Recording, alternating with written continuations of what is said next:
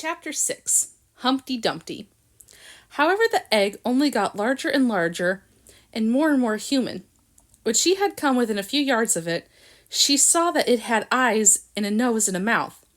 And when she come up close to it, she saw clearly that it was Humpty Dumpty himself. "It can't be anybody else," she said to herself. "I'm as certain of it as if his name were written all over his face."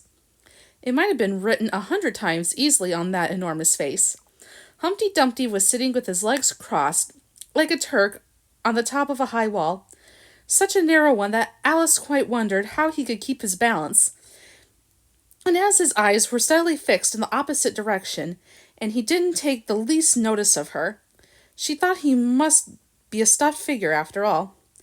"And how exactly like an egg is he?" she said aloud, standing with her hands ready to catch him, for she was every moment expecting him to fall. "It's very provoking," Humpty Dumpty said after a long silence, looking away from Alice as he spoke. "To be called an egg, very." "I said you looked like an egg, sir," Alice gently explained. "And some eggs are very pretty, you know," she added, hoping to turn her remark into a sort of compliment. "Some people," said Humpty Dumpty, looking away from her as usual, "have no more sense than a baby." Alice did not know what to say to this. It wasn't at all like conversation, she thought, as he never said anything to her. In fact, his last remark was evidently addressed to a tree. So she stood and softly repeated to herself, "Humpty Dumpty sat on a wall. Humpty Dumpty had a great fall. All the king's horses and all the king's men couldn't put Humpty Dumpty in his place again." "That last line is too long for the poetry," she said, almost out loud, forgetting that Humpty Dumpty would hear her.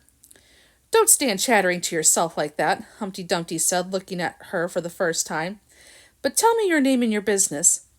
"My name is Alice, but—" "It's a stupid name enough," Humpty Dumpty interrupted impatiently. "What does it mean?" "Must a name mean something?" Alice asked doubtfully. "Of course it must," Humpty Dumpty said with a short laugh. "My name means the shape I am, and a good handsome shape it is too. With a name like yours, you might be any shape almost." "Why do you sit out here all alone?" said Alice, not wishing to begin an argument. "Why, because there's nobody with me," cried Humpty Dumpty. "Do you think I didn't know the answer to that? Ask another." "Do you think you'd be safer down on the ground?" Alice went on, not with any idea of making another riddle, but simply in her good-natured anxiety for the queer creature. "That wall is so very narrow." "What tremendously easy riddles you ask," Humpty Dumpty growled out. "Of course I don't think so.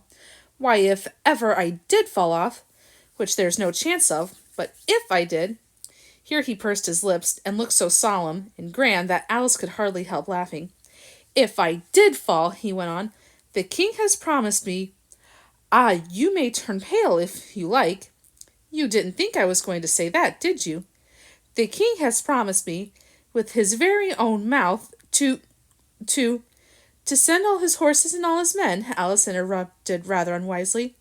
"Now I declare that's too bad," Humpty Dumpty cried, breaking into a sudden passion. "You've been listening at doors, and behind trees, and down chimneys, and you couldn't have known it." "I haven't indeed," said Alice very gently. "It's in a book." "Ah, well, they may write such things in a book," Humpty Dumpty said in a calmer tone. "That's what you call a history of England, that is. Now take a good look at me. I'm one that has spoken to a king. I am, mayhap, you'll never see such another. And to show you I'm not proud, you may shake hands with me." As he grinned almost from ear to ear, as he leaned forward, and as nearly as possible fell off the wall in doing so, and offered Alice his hand. She watched him a little anxiously as she took it. If he smiled much more, the ends of his mouth might be behind, she thought, and then I don't know what would happen to his head. I'm afraid it would come off. "Yes, all his horses and all his men," Humpty Dumpty went on. "They'd pick me up again in a minute, they would. However, this conversation is going on a little too fast. Let's go back to the last remark but one." "I'm afraid I can't quite remember it," Alice said very politely. In that case, we start afresh, said Humpty Dumpty, and it's my turn to choose a subject. He talks about it just as if it was a game, thought Alice. So here's a question for you. How old did you say you were? Alice made a short calculation and said, 7 years and 6 months. Wrong, Humpty Dumpty exclaimed triumphantly. You never said a word like it. I thought you meant, how old are you? Alice explained. If I'd meant that, I'd have said it, said Humpty Dumpty. Alice didn't want to begin another argument, so she said nothing. 7 years and 6 months, Humpty Dumpty repeated thoughtfully. An uncomfortable sort of age. Now, if you'd ask my advice, I'd have said, leave off at 7, but it's too late now. I never asked advice about growing, Alice said indignantly. Too proud? Another inquired. Alice felt even more indignant at this suggestion. I mean, she said, that one can't help growing older. One can't, perhaps, said Humpty Dumpty, but two can. With proper assistance, you might have left off at 7. What a beautiful belt you've got on, Alice suddenly remarked. They had had quite enough of the subject of age, she thought. And if they really were taking turns in choosing subjects, it was her turn now. At least, she corrected herself on second thoughts. A beautiful cravat. I should have said, no, a belt, I mean. I beg your pardon, she added in dismay, for Humpty Dumpty looked thoroughly offended, and she began to wish she hadn't chosen that subject.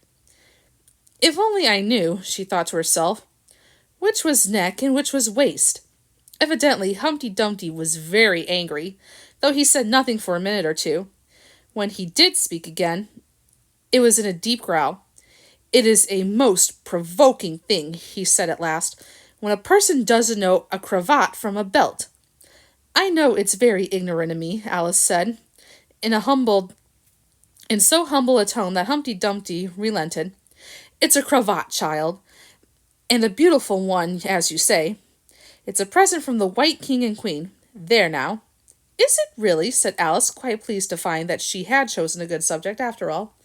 They gave it to me, Humpty Dumpty continued thoughtfully, as he crossed one knee over the other and clasped his hands around it. They gave it to me for an unbirthday present. I beg your pardon, Alice said with a puzzled air. I'm not offended, said Humpty Dumpty. I mean, what is an unbirthday present? A present given when it isn't your birthday, of course. Alice considered a little. I like birthday presents best, she said at last. You don't know what you're talking about, cried Humpty Dumpty. How many days are there in a year? 365, said Alice. And how many birthdays have you? 1. And if you take 1 from 365, what remains? 364, of course. Humpty Dumpty looked doubtful. I'd rather see that done on paper, he said. Alice couldn't help smiling as she took out her memorandum book and worked the sum for him. 365 minus 1 equals 364. Humpty Dumpty took the book and looked at it carefully. That seems to be done right, he began. You're holding it upside down, Alice interrupted. To be sure I was, Humpty Dumpty said gaily, as she turned it around for him. I thought it looked a little queer. As I was saying, that seems to be done right, though I haven't time to look over it thoroughly just now. And that shows that there are 364 days when you might get unbirthday presents. Certainly, said Alice. And only 1 for birthday presents, you know. There's glory for you. I don't know what you mean by glory, said Alice said. Humpty Dumpty smiled contemptuously. Of course you don't till I tell you. I mean, there's a nice knockdown argument for you. But glory doesn't mean a nice knockdown argument, Alice objected. When I use a word, Humpty Dumpty said in a rather scornful tone, it means just what I choose it to mean, neither more nor less. The question is, said Alice, whether you can make words mean so many different things. The question is, said Humpty Dumpty, which is to be master, that's all. Alice was too much puzzled to say anything, so after a minute, Humpty Dumpty began again. They've a temper, some of them, particularly verbs. They're the proudest adjectives you can do anything with, but not verbs.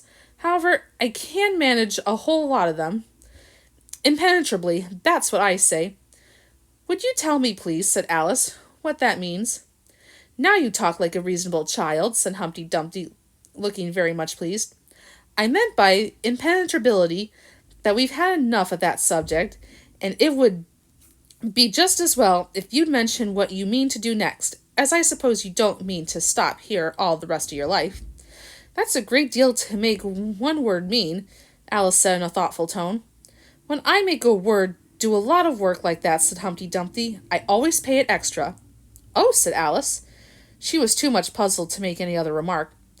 Ah, you should see 'em come round me of a Saturday night, Humpty Dumpty went on, wagging his head gravely from side to side. For to get their wages, you know. Alice didn't venture to ask what he paid them with, and so you see, I can't tell you. You seem very clever at explaining words, sir, said Alice. Would you kindly tell me the meaning of the poem called Jabberwocky? Let's hear it, said Humpty Dumpty. I can explain all good poems that ever were invented, and a good many that haven't been invented just yet. This sounded very hopeful, so Alice repeated the first verse. 'Twas brillig, and the slithy toves did gyre and gimble in the wabe. All mimsy were the borogoves, and the mumraths outgrabe. That's enough to begin with, Humpty Dumpty interrupted. There are plenty of hard words there. Brillig means 4 o'clock in the afternoon, the time when you begin broiling things for dinner. That'll do very well, said Alice. And slithy? Well, slithy means lithe and slimy. Lithe is the same as active. You see, it's like a portmanteau. There are 2 meanings packed up in one word. I see it now, Alice remarked thoughtfully. And what are toves? Well, toves are something like badgers. They're something like lizards. They're something like corkscrews. They must be very curious-looking creatures. That they are, said Humpty Dumpty. Also, they make their nests under sundials. Also, they live on cheese. And what's to gyre and to gimble? To gyre is to go round and round like a gyroscope. To gimble is to make holes like a gimlet. And the wabe is the grass plot round a sundial, I suppose, said Alice, surprised at her own ingenuity. Of course it is. It's called wabe, you know, because it goes a long way before it and a long way behind it. And a long way beyond it on each side, Alice added. Exactly so. Well then, mimsy is flimsy and miserable. There's another portmanteau to you. And a borogoth is a thin, shabby-looking bird with its feathers sticking out all around, something like a live mop. And then mumraths, said Alice. I'm afraid I'm giving you a great deal of trouble. Well, a rath is a sort of green pig, but mome I'm not certain about. I think it's short for from home, meaning that they'd lost their way, you know. And what does outgrabe mean? Well, outgrabing is something in between bellowing and whistling, with a kind of sneeze in the middle. However, you'll hear it done, maybe down in the wood yonder, and when you've once heard it, you'll be quite content. Who's been repeating all that hard stuff to you? I read it in a book, said Alice, but I had some poetry repeated to me much easier than that, by Tweedledee, I think it was. As to poetry, you know, said Humpty Dumpty, stretching out one of his great hands, I can repeat poetry as well as other folk, if it comes to that. Oh, it needn't come to that, Alice hastily said, hoping to keep him from beginning. The piece I'm going to repeat, he went on, without noticing her remark, was written entirely for your amusement. Alice felt that in the case she really ought to listen to it, so she sat down and said, Thank you, rather sadly. In winter when the fields are white, I sing the song for your delight. Only I don't sing it, Humpty Dumpty added as an explanation. I see you don't, said Alice. If you can see whether I'm singing or not, you've sharper eyes than most, Humpty Dumpty remarked severely. Alice was silent. In spring when woods are getting green, I'll try and tell you what I mean. Thank you very much, said Alice. In summer, when the days are long, perhaps you'll understand the song. In autumn, when the leaves are brown, take pen and ink and write it down. I will if you can remember it so long, said Alice. You needn't go on making remarks like that, Humpty Dumpty said. They're not sensible, and they put me out. I sent a message to the fish. I told them, this is what I wish. The little fishes of the sea, they sent an answer back to me. The little fish's answer was, we cannot do it, sir, because... I'm afraid I don't quite understand, said Alice. It gets easier further on, Humpty Dumpty replied. I sent to them again to say, it will be better to obey. The fishes answered with a grin, why, what a temper you are in. I told them once, I told them twice. They would not listen to advice. I took a kettle large and new, fit for the deed I had to do. My heart went bop, my heart went thump. I filled the kettle at the pump. Then someone came to me and said, the little fishes are in bed. I said to him, I said it plain, then you must wake them up again. I said it very loud and clear. I went and shouted in his ear. Humpty Dumpty raised his voice almost to a scream as he repeated this verse, and Alice thought with a shudder, I shouldn't have been the messenger for anything. But he was very stiff and proud, he said. You needn't shout so loud. And he was very proud and stiff, he said. I'd go and wake them if. I took a corkscrew from the shelf. I went to wake them up myself. And when I found the door was locked, I pulled and pushed and kicked and knocked. And when I found the door was shut, I tried to turn the handle, but there was a long pause. Is that all? Alice asked timidly. That's all, said Humpty Dumpty. Goodbye. This was rather sudden, Alice thought, but after such a very strong hint that she ought to be going, she felt that it would hardly be civil to stay. So she got up and held out her hand. Goodbye, till we meet again, she said as cheerfully as she could. I shouldn't know you again if we did meet, Humpty Dumpty replied in a discontented tone, giving her one of his fingers to shake. You're so exactly like other people. The face is what one goes by generally, Alice remarked in a thoughtful tone. That's just what I complain of, said Humpty Dumpty. Your face is the same as everyone has, the two eyes so, marking their place in the air with his thumb. Nose in the middle, mouth under. It's always the same. Now if you had the two eyes on the same side of the nose, for instance, or the mouth at the top, that would be some help. It wouldn't look nice, Alice objected, but Humpty Dumpty only shut his eyes and said, Wait till you've tried. Alice waited a minute to see if he would speak again, but as he never opened his eyes or took any further notice of her, she said, Goodbye, one more time, and getting no answer to this, she quietly walked away.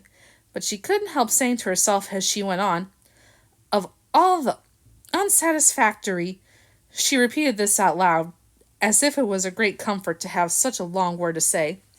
Of all the unsatisfactory people I ever met. She never finished the sentence, for at this moment a heavy crash shook the forest from end to end. What do you think that crash was? Join me for Chapter 7, we'll find out.